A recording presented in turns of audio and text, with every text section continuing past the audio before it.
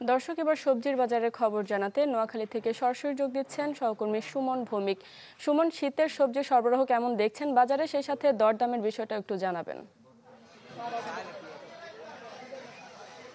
শারমিন, আসলে নোয়াখালীতে মূলত তিন ধাপেই শীতকালীন সবজিটা আসে। একেবারে প্রথম যে ধাপটি রয়েছে সেটি আসে যশোর এবং কুমিল্লা থেকে। একেবারে যদি বলি যে ডিসেম্বরের মাঝামাঝি সময় থেকে নোয়াখালীর যে দক্ষিণাঞ্চল রয়েছে সদর এবং সুবর্ণচর, সেখানকার সবজিগুলো কিন্তু আসে। এখন যেটি রয়েছে সেটা হচ্ছে যশোর এবং কুমিল্লার সবজি রয়েছে। বলা চলে যে বাজারে যে সবজি রয়েছে সবগুলো সবজি কিন্তু আপনার পর্যাপ্ত পরিমাণে সবজি রয়েছে, সেটি আমরা বাজারে এসে দেখতে পেয়েছি। কিন্তু এখানে ক্রেতা বিক্রেতাদের বিভিন্ন রকমের কথা আছে। সেটি হচ্ছে যে পর্যাপ্ত পরিমাণে শীতকালীন সবজি থাকলেও দাম বেশি হওয়ার পিছনে যারা বিক্রেতা রয়েছেন তারা বলছেন যে যেহেতু এটা উত্তরবঙ্গ থেকে আসে কিংবা কুমিল্লা থেকে আসে, ফলে হচ্ছে যাতায়াতের যে ভাড়াটা সেটির কারণে হয়তো দাম বেশি রাখা হয়। যখনই নোয়াখালী অঞ্চলে শীতকালীন সবজিগুলো উঠবে তখন হয়তো দাম কমে যাবে, এরকমটি বলছে। আমরা এসে যেটি দেখলাম যে ফুলকপি 70 টাকা বিক্রি করা হচ্ছে, পাতাকপি বিক্রি করা হচ্ছে 60 টাকা, মূলা বিক্রি করা হচ্ছে 70 বা কোথাও 60 টাকা বিক্রি করা হচ্ছে, শিম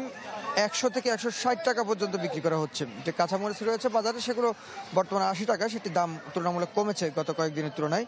বেগুন বিক্রি করা হচ্ছে 80 টাকা, আবার কোথাও 70 টাকা বিক্রি করা হচ্ছে। টমেটো দেখতে পেলাম 70 থেকে 80 টাকা বিক্রি করা হচ্ছে।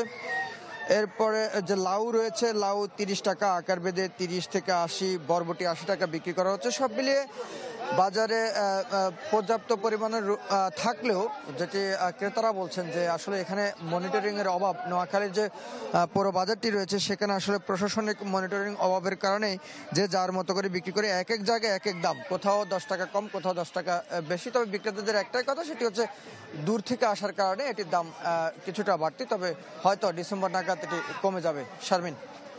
সুমন, ধন্যবাদ আপনাকে। দর্শক, সবজি বাজারের খবর জানাচ্ছিলেন আমাদের সহকর্মী।